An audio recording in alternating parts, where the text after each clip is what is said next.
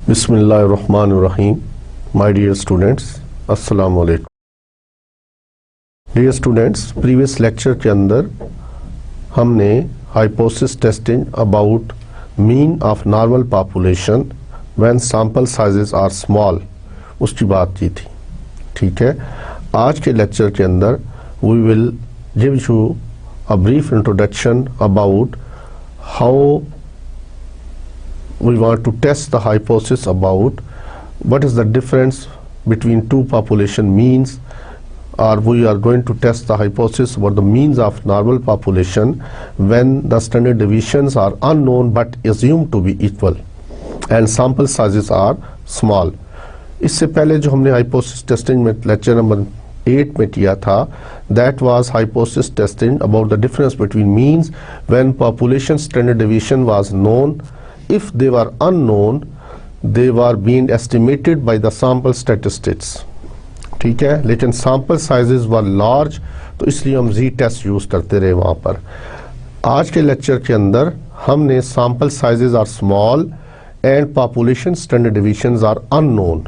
अगर दो populations हैं हमारे पास, एक population में से हमने एक sample ड्रा किया N1 और दूसरी populations में से हमने sample ड्रा किया N2।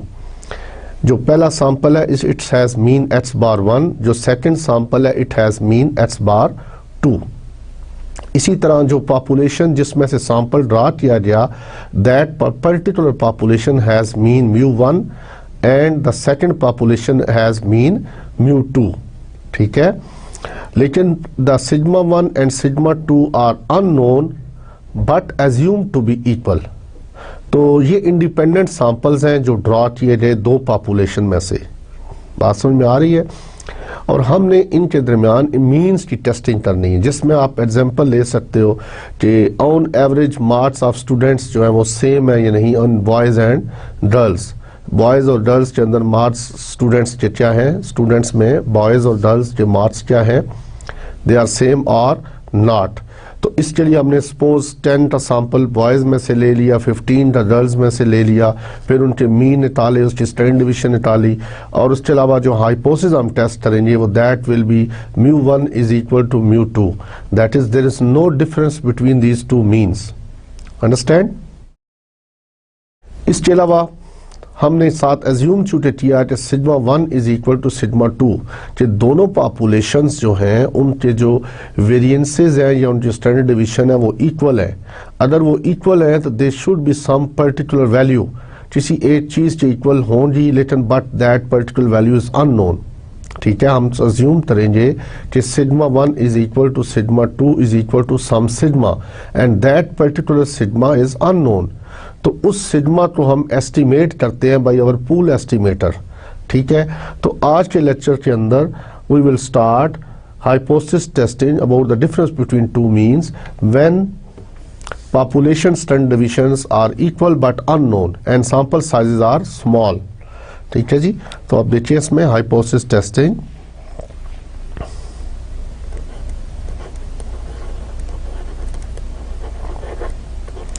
Testing of hypothesis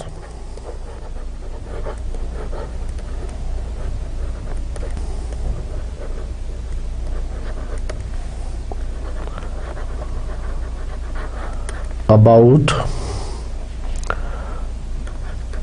difference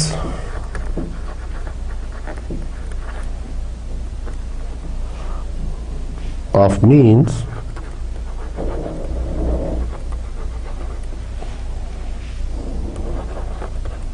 of two normal populations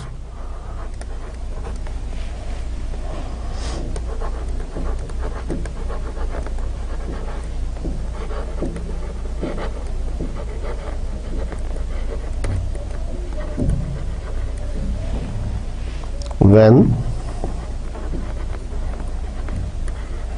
sigma 1 is equal to sigma 2 ठीक है, बट अननोन।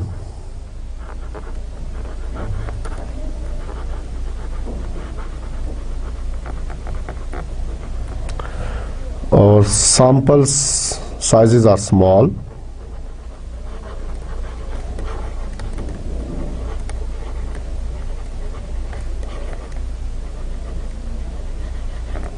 ठीक है, यानी n1 व n2 और लेस देन 30। तो ये है जी हमारा आज का टेस्ट जो हमने करना है। अब इसमें हो रहा क्या कि हमारे पास एक पॉपुलेशन 1 है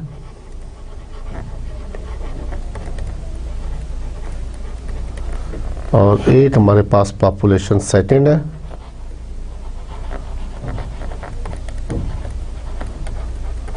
ठीक है, इसमें से हम इसका मीन μ1 है और सेकंड पॉपुलेशन का मीन μ2 है। इसका स्टैंडर्ड डेविएशन सिग्मा 1 है और इसकी स्टैंडर्ड डेविएशन सिग्मा 2 है। Both are unknown. इसी तरह सिग्मा 1 भी अननोन है, वी डोंट नो दिस। इसके अलावा हमने इस पॉपुलेशन में से एक सैंपल ड्रा किया n1 का और उसका मीन निकला x⁴1। इसी तरह सेकंड पॉपुलेशन में से हमने n2 सैंपल ड्रा किया और उसका मीन जो था वो n2 था। ये समझ आ रही बात?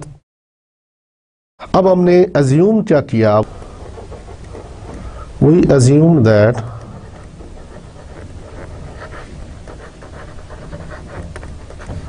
both the population, standard deviation और वेरिएंस जो भी आप कह लें, they are equal and they are equal to some value. तो इस ये जो वैल्यू है सिग्मा जो अननोन है, इसको हम एस्टिमेट करते हैं by a sample statistic, we call it a pool estimate. तो that is n1 - 1 s1 square plus n2 - 1 s2 square divided by n1 plus n2 - 2। ठीक है, और सारे का अंडर रूट।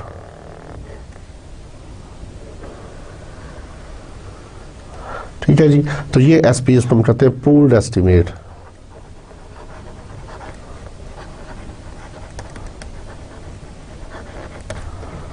Of sigma. ये जो सिग्मा है इसको हमने एस्टिमेट किया एसपी के साथ।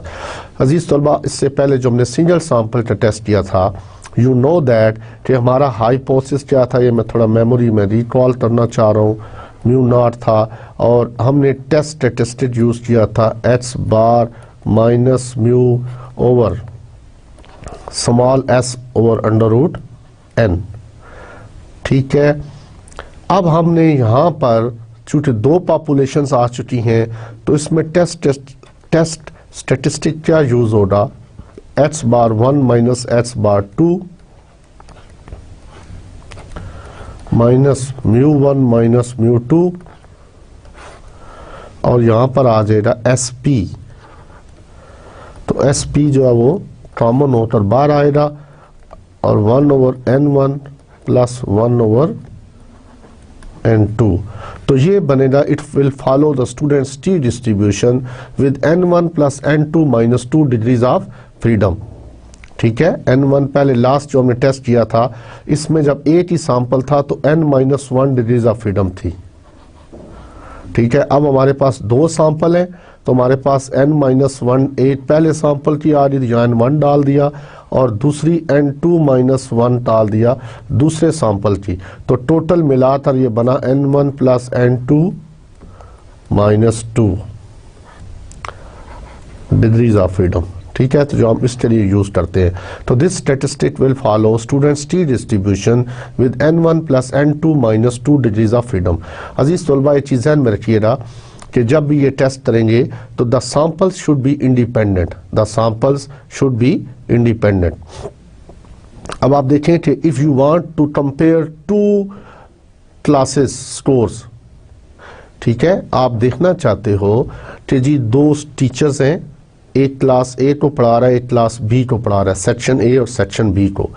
आपने उनकी एफिशिएंसी देखना चाहते हो, कौन सा टीचर अच्छा पढ़ाता है, तो हम क्या करेंगे, अगर मे बी पहली क्लास में अगर वो 30 या 30 लेस देन 30 स्टूडेंट्स हैं और सेकंड क्लास के अंदर मे बी 25 स्टूडेंट्स हैं, तो हमने क्या किया, हमने सेमेस्टर के शुरू में जब उनको पढ़ाना, दोनों टीचर्स ने पढ़ाना शुरू किया, ठीक है, उसके बाद हमने आफ्टर सेमेस्टर उनको टेस्ट, कॉमन टेस्ट दिया दोनों क्लासेस को, और उन कॉमन टेस्ट में उनके स्कोर्स को नोट कर लिए।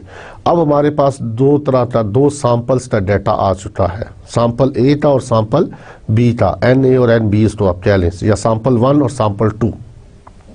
Now on the basis of these two samples we will decide कि कौन सा टीचिंग मेथड किसका अच्छा है, कौन सा टीचर जो अच्छा पढ़ा रहा है, ठीक है। तो ये एक एग्जाम्पल थी इसको देखने के लिए। अब यहाँ पर हम एज्यूम करते हैं कि दोनों पॉपुलेशंस जो है उनके दरमियान जो वेरिएशन है, यानी उनके जो स्टैंडर्ड डेविएशन है वो क्या है, सेम है, उनमें कोई फ़र्क नहीं है, ठीक है, और वो सेम है और किसी एक वैल्यू के इक्वल है सिग्मा, और सिग्मा को हम एस्टिमेट करते हैं पूल एस्टिमेट के साथ। अच्छा, यहाँ पर ये चीज़ बताना ज़रूरी समझता हूँ मैं कि these samples are independently drawn, ठीक है, ये दोनों सैंपल्स क्या है, इंडिपेंडेंट है, बिकॉज नेक्स्ट टेस्ट जो हम करेंगे वहाँ पर डिपेंडेंट सैंपल का कंसेप्ट आएगा। तो यहाँ पर इंडिपेंडेंट सैंपल का कंसेप्ट आपको पहले अच्छी तरह क्लियर होना चाहिए, फिर ही आप डिपेंडेंट केसेस कर सकोगे। तो बोथ सैंपल्स आर इंडिपेंडेंट, कि हमने इंडिपेंडेंटली एक क्लास में से स्टूडेंट सेलेक्ट किए, इसी तरह दूसरी क्लास में से स्टूडेंट सेलेक्ट किए, उनको हमने टेस्ट दिया और देने के बाद उसके रिजल्ट्स आए, उनकी बेस पर हम फैसला कर रहे हैं कि कौन सा टीचर जो अच्छा पढ़ाता है। इसी तरह इस एग्जाम्पल को आप इसमें एक्सटेंड कर सकते हो किसी और फील्ड में भी, जहाँ भी आप चाहो, तो आपके जो पर्टिकुलर फील्ड्स हैं उसमें आप डाटा इस तरह का आपके पास हो तो वहाँ पर आप इसको अप्लाई कर सकते हो। ये बड़ा इंपॉर्टेंट टेस्ट है, खास करके ये बायोस्टैटिस्टिक्स में बड़ी एप्लीकेशन है इसकी, ठीक है, बायो साइंसेज में बहुत लोग इसको बड़ा यूज़ करते हैं इस टेस्ट को। तो अब हम प्रोसीजर की तरफ आते हैं for testing the hypothesis of difference between means of not to normal populations when their variances are equal but unknown and sample sizes are small। तो प्रोसीजर में क्या है जी,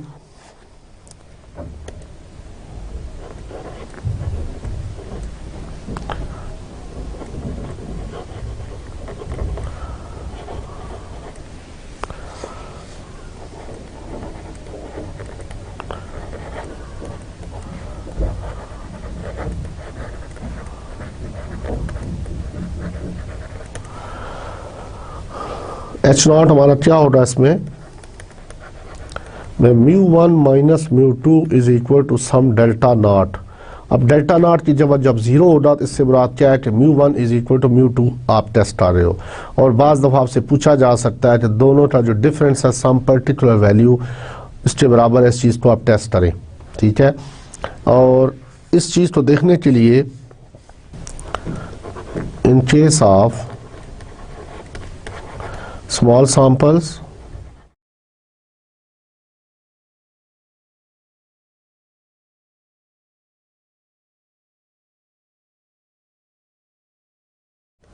and when sigma 1 is equal to sigma 2 is equal to some sigma is as follows, ठीक है। वो procedure में क्या है जी, पहला स्टेप क्या है, we state our hypothesis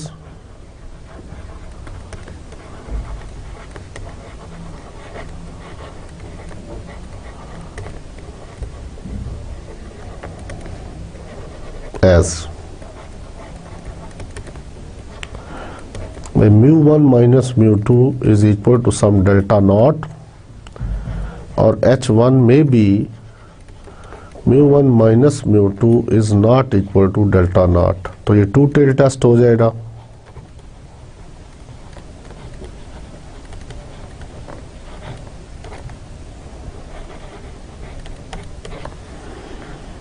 और h1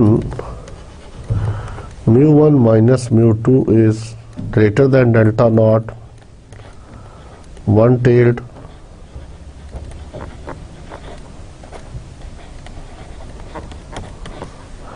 और और H1 ये भी हो सकता है कि μ1 minus μ2 is less than delta naught, तो ये भी वन टेल होगा, ये लेफ्ट टेल होगी और ऊपर वाला क्या होगा, राइट टेल टेस्ट होगा। तो स्टेप नंबर इसमें और डाल दें, और इन तीनों में से कुछ एक चीज़ होगी ना, ये सारी पॉसिबिलिटीज़ हैं वेरियस जो हो सकती हैं मैंने यहाँ पे लिख दी हैं। स्टेप नंबर 2 में क्या है जी, alpha choose or given alpha, what is alpha, level of significance.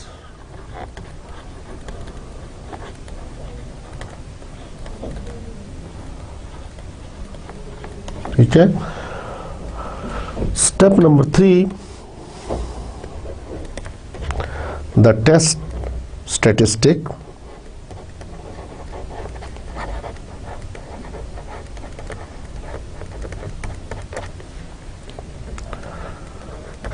to be used is जी t यूज करेंगे हम, x bar 1 minus x bar 2, अब माइनस यहाँ में डेल्टा नॉट भी लिख सकता हूँ या म्यू नॉट माइनस μ1 माइनस μ2 भी लिख सकता हूँ, s और छोटा सा ये p साथ पूल्ड एस्टिमेट और 1 over n1 plus 1 over n2, it follows t distribution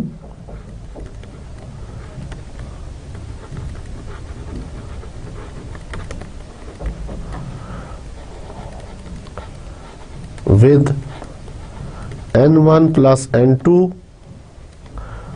minus 2 degrees of freedom। ठीक है। अब आप देखें ना कि n1 और n2 जब sp आप निकालते हो तो आप दो इंफॉर्मेशन यूज करते हो। ठीक है, जब इसीलिए n1 plus n2 minus two है।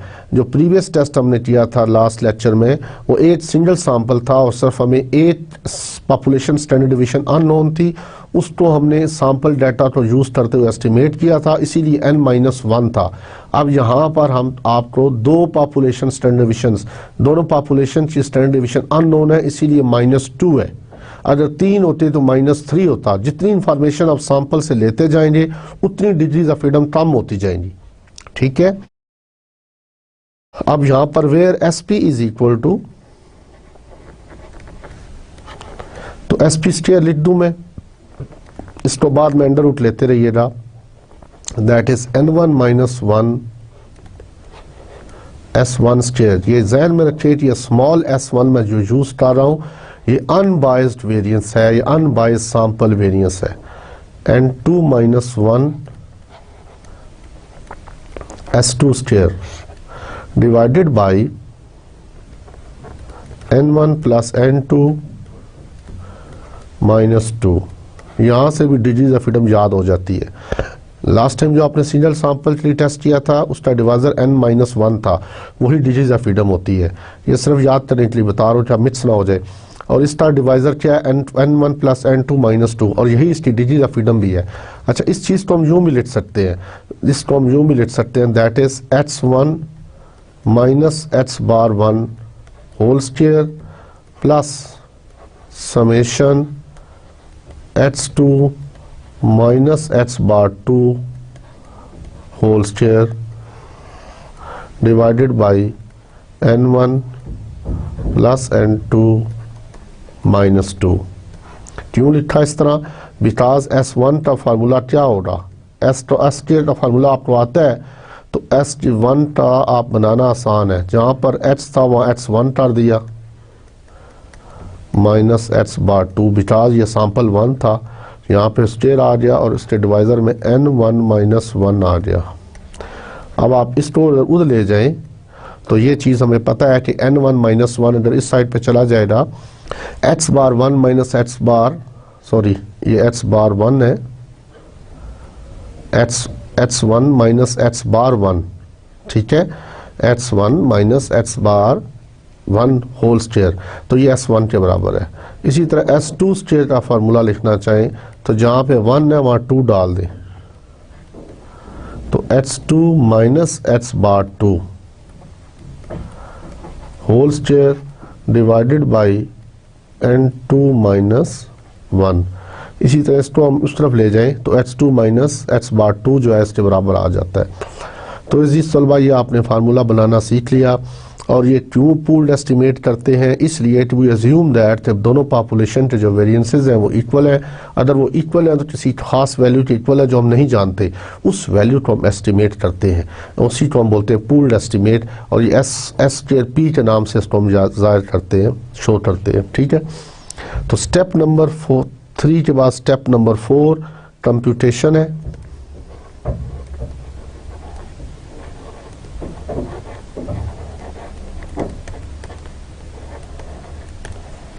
इसमें हम एस पी की वैल्यू निकालते हैं और उसको पुट करते हैं टी की वैल्यू, और टी की वैल्यू कैलकुलेट होती है। Next step is critical reason.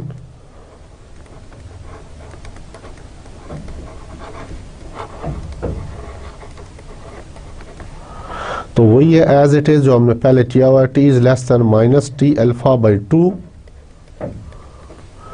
With, यहां पर चेंज आएगी n1 प्लस n2 माइनस 2 और t is greater then t alpha by 2।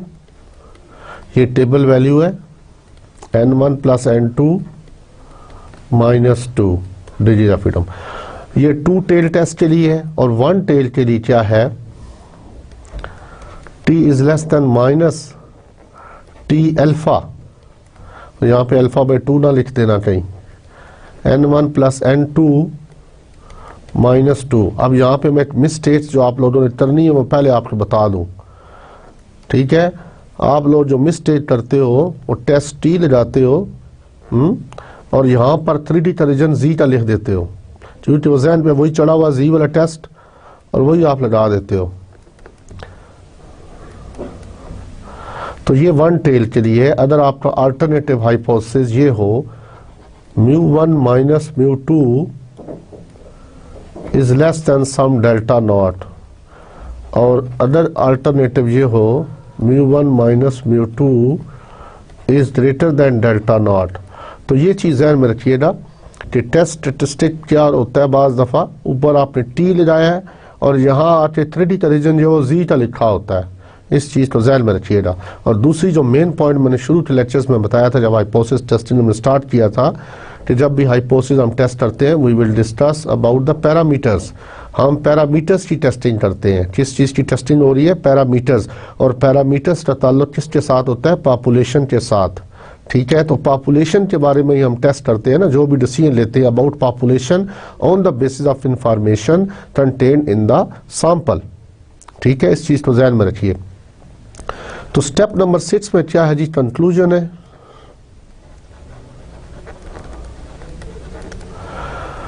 तो कंक्लूजन देखें उसमें क्या चीज आ रही है।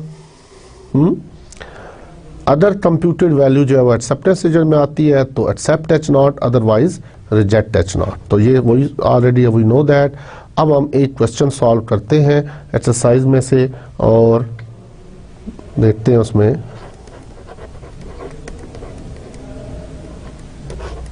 तो क्वेश्चन ये है, बड़ा इंपॉर्टेंट सा है।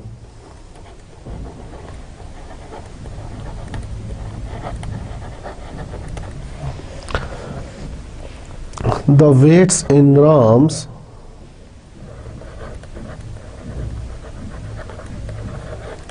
of 10 male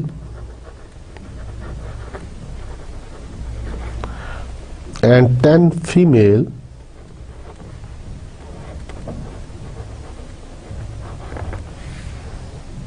the weights in grams of 10 males and 10 female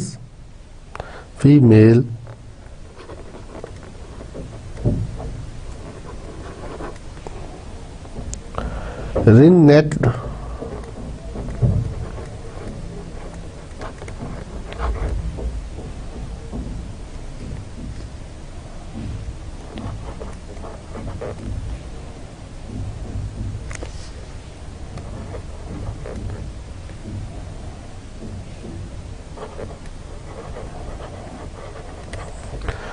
presents are, ठीक है, तो ये मेल है इसी तरह उनके जो दिए वो वेट्स 12, 93, 13, 80, 16, 14, 14, 97, 13, 40, 16, 43, and 14, 66, 16, 27, 13, 83, and 17, 11.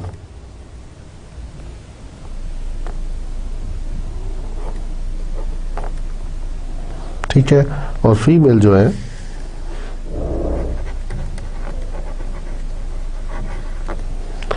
उनके वेट्स क्या हैं जी? 1061, 1065, 1092, 1017, 1021, 1138, 1143, 1094, 1270, and 1028. ठीक है, ये उनके नेट वेट और इन नेट वेट कहता है test the hypothesis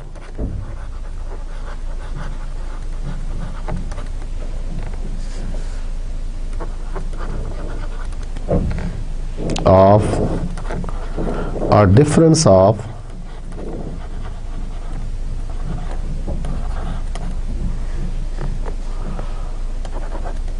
350 grams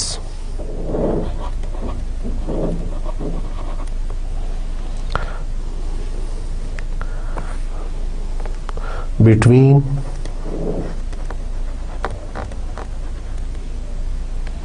population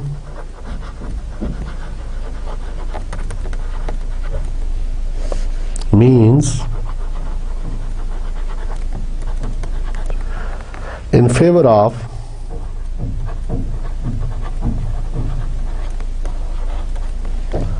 males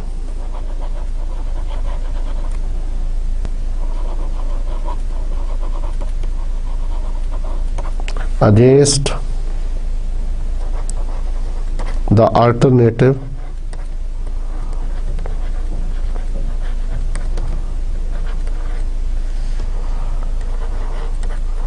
of a greater difference.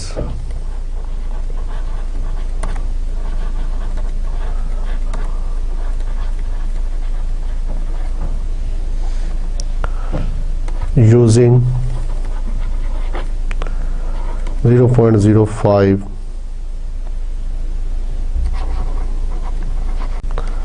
level of significance.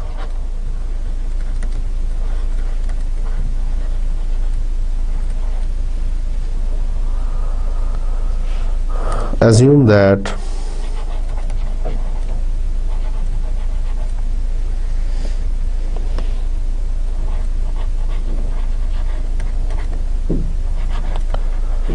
two populations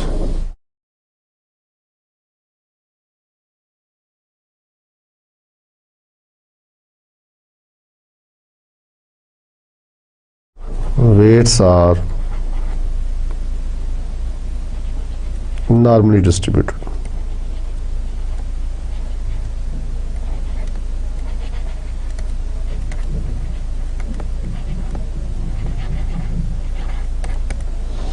ठीक है जी, तो सबसे पहले सॉल्यूशन में हम हाइपोथेसिस स्टेट करेंगे। हमें उन्होंने बता दिया हमने कि μ1 माइनस μ2 जो है μ1 माइनस μ2 इज ग्रेटर देन 350। ये अल्टरनेटिव में उसने कहा है, तो इसको हम लेस एंड इक्वल कर सकते हैं। This is equal to 350। तो जैसे कि मैंने शुरू में कहा था, जब से हमने हाइपोथेसिस टेस्टिंग स्टार्ट किया है, कि इक्वालिटी साइन हमेशा H0 के अंदर आएगा। ठीक है, इक्वालिटी साइन हमेशा H0 के अंदर आएगा। तो उसने खुद ही क्वेश्चन में क्या दिया कि the alternative is that greater difference. तो ग्रेटर डिफरेंस तब हो सकता है जब 350 से ज़्यादा हो। तो डिफरेंस जो है उनके दरमियान 350 है, इसके बारे में उसने H0 में कहा है। Test hypothesis of difference of 350 grams. तो यहाँ पे मैं इक्वल साइन में लिख सकता हूँ। ठीक है, that μ1 minus μ2 is equal to 350। और H1 जो है ग्रेटर डिफरेंस, तो ये वन टेल है और राइट टेल टेस्ट होगा।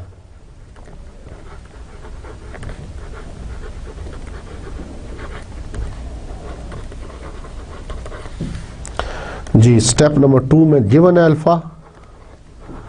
गिवन अल्फा कितना है जी? 0.05।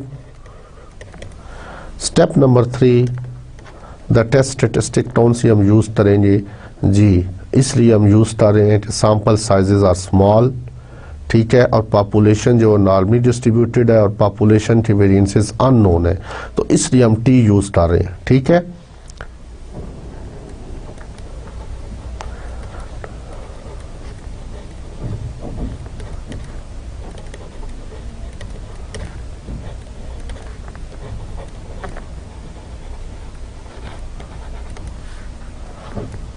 t is equal to x bar 1 minus x bar 2 और माइनस यहाँ पर μ1 माइनस μ2 लिखते, हमें पता है तो 350 के बराबर है। और sp छोटा सा p एस सबस्क्रिप्ट के अंदर, और यहाँ पे आ जाएगा 1/n1 plus 1/n2। It follows T distribution या स्टूडेंट्स टी डिस्ट्रीब्यूशन जिसको हम बोलते हैं। एक्चुअली ये जो टी डिस्ट्रीब्यूशन ये विलियम ड्रॉसेट ने इसको फाइंड आउट किया था, ये टेस्ट स्टैटिस्टिक जो टी वाली है।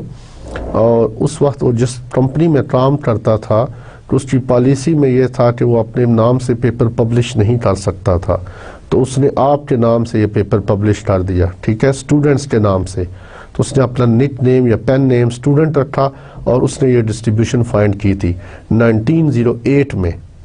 ठीक है, बाद में फिशर ने इसको डिराइव किया था, उसकी टेस्ट स्टैटिस्टिक जो थी उसकी सैम्पलिंग डिस्ट्रीब्यूशन फिशर ने फाइंड की।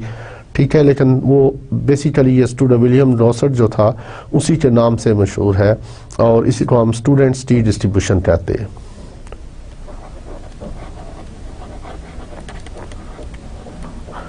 which follows T distribution with n1 plus n2 minus 2 degrees of freedom।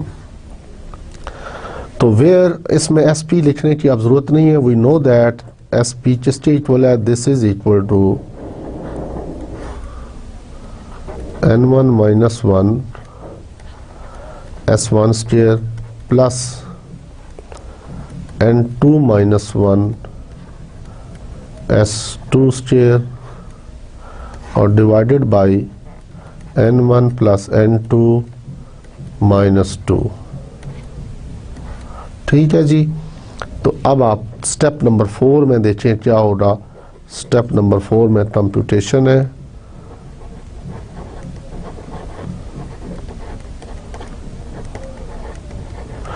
तो सबसे पहले मैं इस डाटा को लिखता हूँ। अब डाटा तो ऑलरेडी आपके पास, यू नो दैट।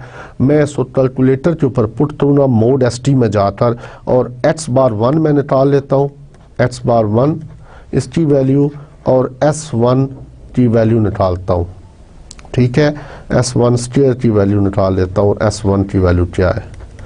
इसी तरह जो सेकंड डाटा हम पुट करेंगे उसमें से x बार 2 की वैल्यू निकलेगी, S2 की निकलेगी और S2 स्क्वायर। ठीक है, ये वैल्यूज मैं पुट कर रहा हूँ कैलकुलेटर के ऊपर।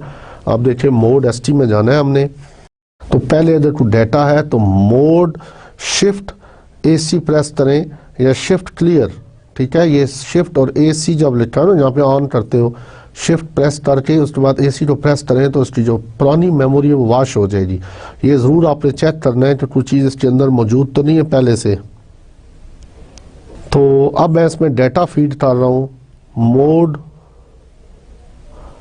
ST में जाकर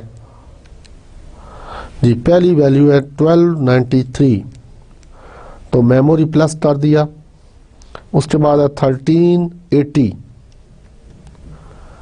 मेमोरी। उसके बाद है 1614 मेमोरी। 1497 मेमोरी। 1340 मेमोरी। फिर 1643 memory. 1466 memory. 1627 memory. 1383 memory and 1711 memory. तो अब हमने इसमें देखा वैल्यूज एंटर की। अब शिफ्ट एक्स बार की वैल्यू क्या दे रहा है ये जी, एक्स बार 1 जो आ रहा है दैट इज 1495.4। इसी तरह इसका जो जी, तो इसमें S1 जो आ रहा है 144,145.902। इसका स्ट्रेट ले लेता हूँ, तो ये आ रहा है जी 2128.38। ठीक है, ये S1 स्टेयर आ गया। और इसका अंडर रूट ले चेक करते हैं। Yes same shift memory clear. अब मैंने इसमें से मेमोरी वॉश कर दी एक्स बार 0। अब इसमें दूसरा डाटा एंटर कर रहा हूँ मैं, तो फीमेल का डाटा एंटर करते हैं जी। पहली वैल्यू क्या है 1061 मेमोरी। फिर 1065 मेमोरी। 1092 मेमोरी। 1017 मेमोरी। 1021 मेमोरी। उसके बाद 1138 मेमोरी। 1143 मेमोरी। उसके बाद 1094 मेमोरी। 1270 memory and 1028 memory. तो जी इसका जो एक्स बार आया है वो है 1092.9।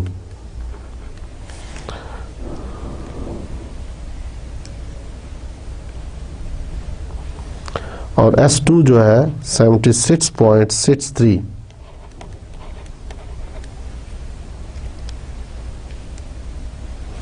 और S2 स्टेयर 587 2.1।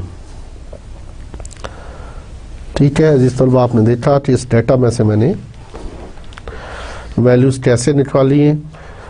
अब हम इसको सबसे पहले SP को निकालते हैं। SP स्टेयर तो मैं फार्मूला लिख रहा हूँ, that is equal to N1 minus 1। तो कितनी वैल्यूज हैं 10। ठीक है, तो 10 माइनस 1 9।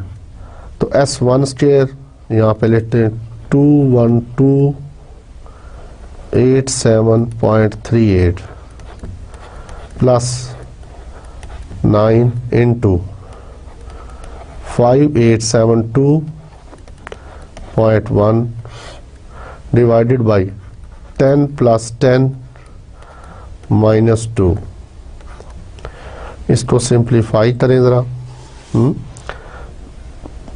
तो डिवाइज़र में क्या आ रहा है 20 माइनस 2 18। तो 21287.38 plus 5872.1 72.1 multiply with 9 is equal to this one divided by 18. तो ये वैल्यू आती है जी SP स्क्वायर की वैल्यू आ रही है 1357.9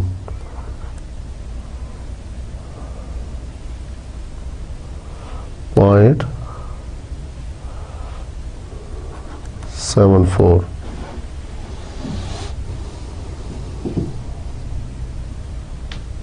ठीक है, आप इस स्टैंडर्ड रूट लेते हैं तो SP की वैल्यू क्या है, तो SP की वैल्यू आ रही है 116.532. ठीक है जी, 116.532. तो T की वैल्यू क्या होगी, दिस इज x बार 1 क्या था 1495.4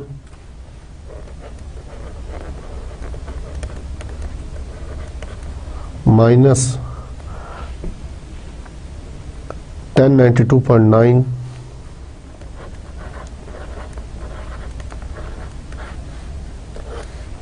और माइनस 350 और SP की वैल्यू 116.532 और अंडर रूट में 1/10 प्लस 1/10.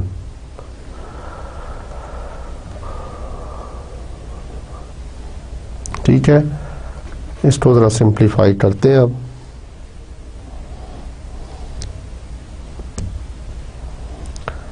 तो 0.2 अंडर रूट लिया मल्टीप्लाई विथ 116.532.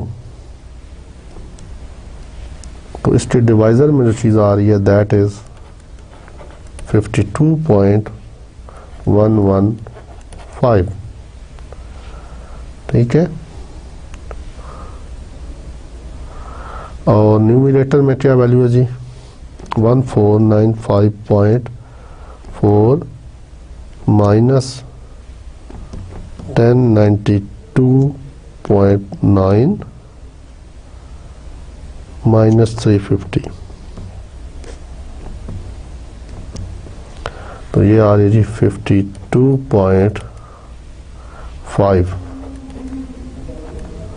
तो divided by 52.115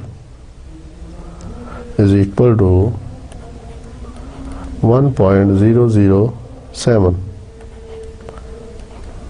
with positive sign. तो ये T की वैल्यू आ रही है 1.007. तो अब आपने स्टेप नंबर 5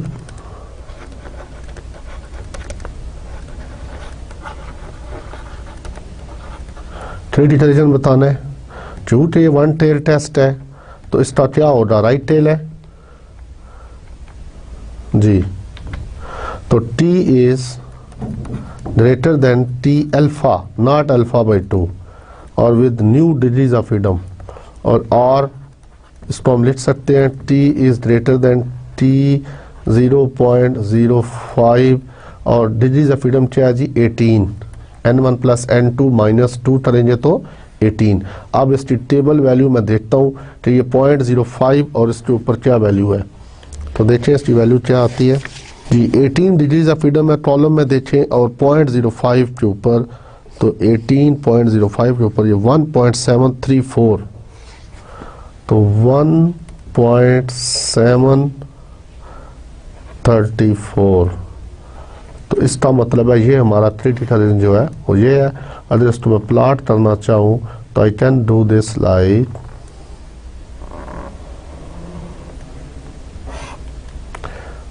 चूंकि राइट टेल है तो सारे का सारा अल्फा टेल पर चला गया यानी रीजन ऑफ रिजेक्शन, और ये दिस इज 1 माइनस अल्फा ये वाला पोर्शन 1 माइनस अल्फ़ा है, ये अल्फ़ा है विच इज़ 0.05 है, और ये वैल्यू जो आई है वो वाई है 1.734 फ्रॉम टेबल, ठीक है, इस पॉइंट से। अब हमारी जो वैल्यू है कंप्यूटेड वो यहाँ पे कहीं लाइट आ रही है इस पॉइंट के ऊपर, देयरफॉर एक्सेप्टेंस रीजन में आ गई। तो हाइपोथेसिस क्या हो गया, एक्सेप्ट हो गया। Step number 6,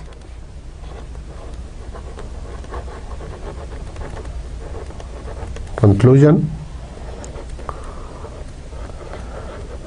Since the computed value of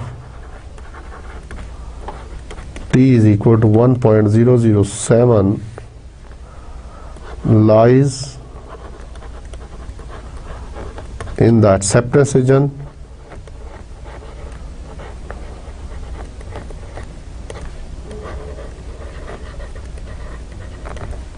therefore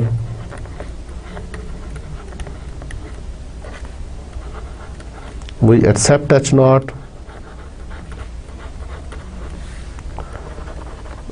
and conclude that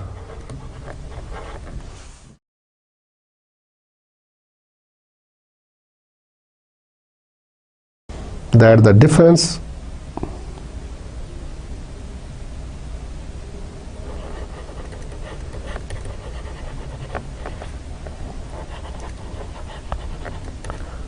between two population means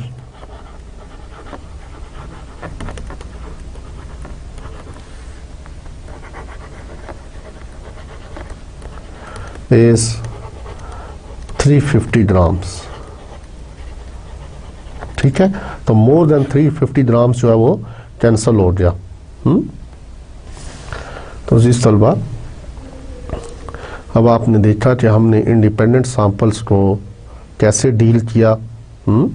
अब जो नेक्स्ट लेक्चर आएगा इंशाल्लाह उसमें हम डिपेंडेंट सैंपल की बात करेंगे, ठीक है। तो आज के लेक्चर में आपने हाइपोथेसिस टेस्टिंग में difference between to population means की बात की हमने, और उसमें साथ हमने अज्यूम क्या किया कि दोनों पॉपुलेशंस जो थी उनके वेरिएंसेस क्या थे, इक्वल थे। दोनों पॉपुलेशन के वेरिएंस क्या थे, इक्वल थे, और इक्वल थे some particular value which we don't know, और उस वैल्यू को हमने एस्टिमेट किया पूल्ड एस्टिमेट से एसपी का फार्मूला लगा के, ठीक है।